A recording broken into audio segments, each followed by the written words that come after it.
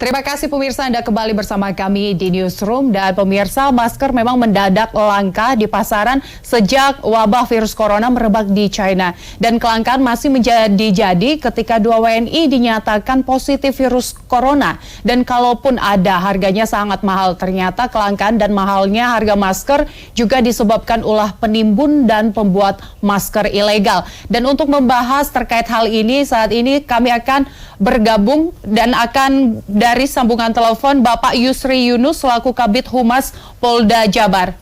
Pak Yusri, halo. Halo Mbak. Iya.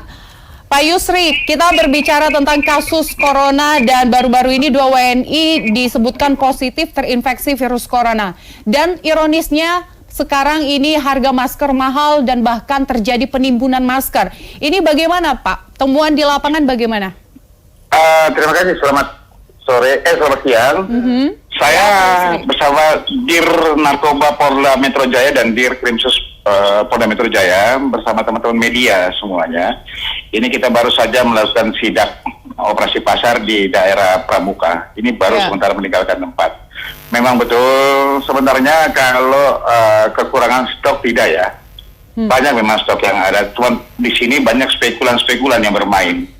Spekulan-spekulan. Jadi pengakuan dari para penjual-penjual toko sini, ini hampir rata-rata satu kotak dijual sekitar 200 sampai 300 ribu per satu kotak. Ini pun kalau kami lihat juga masih ada beberapa kita temukan yang tidak sesuai standar nasional Indonesia, karena memang tidak ada sama sekali ini ya. Ya contoh saja bahwa yang kita sama dengan kita temukan kemarin, ada pabrik yang kita temukan di Cakung sana, itu pembuatan masker yang ilegal, yang tidak sesuai standar. Apa yang tidak sesuai standar? Contoh saja lapisannya menggunakan kertas biasa, tidak ada sama sekali di tengah-tengahnya itu untuk penahan virus. Ya ini menurut keterangan kalau standarnya masker bedah contohnya seperti itu. Ini tidak ada sama sekali. Nah ini kita temukan beberapa. Rupanya setelah kita lakukan pemeriksaan kepada para penjual-penjualnya bahwa mereka juga membelinya dari distributor. Asosiasinya pun yang kita tanyakan juga sama, ini kemungkinan udah tangan ke-7, tangan ke-8 katanya, sehingga sampai karena memang dibutuhkan oleh masyarakat, sehingga ini sampai ke toko itu sudah harga mahal ya. Jadi coba kita lakukan penyelidikan semua tuh ini, coba. Baik, Pak Yusri, sebenarnya masker-masker ini kita impor dari luar atau sebenarnya sudah ada pabrik sendiri dari lokal? Kalau itu kompotennya bukan kita, tapi memang betul juga ada juga pabrik lokal gitu loh. Kita temukan. Karena ini kan berbagai merek jenis yang ada. Itu kompotennya tuh yang dia bagian ini ya.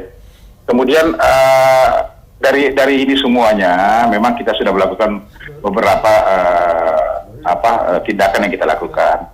Ya, seperti yang pertama saya sampaikan tadi, kita sudah melakukan satu penggerbekan kemarin, di mana kita temukan ada pabrik ilegal pembuatan masker ini. Kemarin pun sama, kita sudah membongkar lagi ada penimbunan masker yang coba-coba orang berspekulan.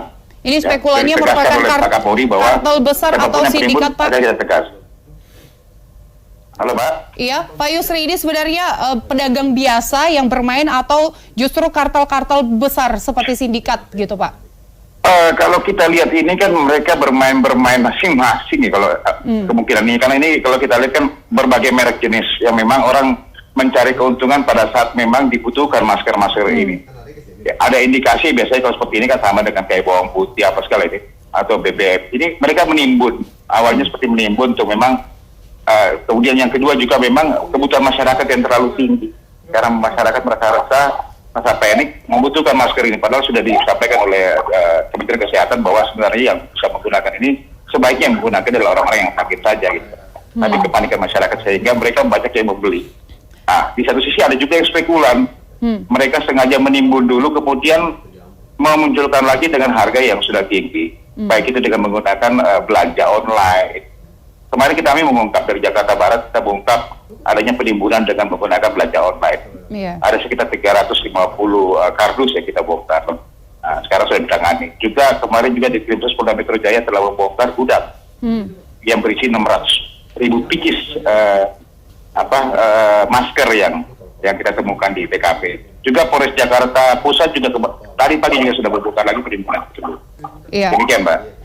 Lalu nanti mereka yang ditemukan bermain untuk menimbun ini akan mendapatkan hukuman seperti apa, Pak? Akan dikenakan sanksi hukumnya dalam berapa undang-undang kan lama? ada, Mbak, undang-undang perdagangan. Itu sanksinya adalah 5 tahun penjara ancaman hukumannya.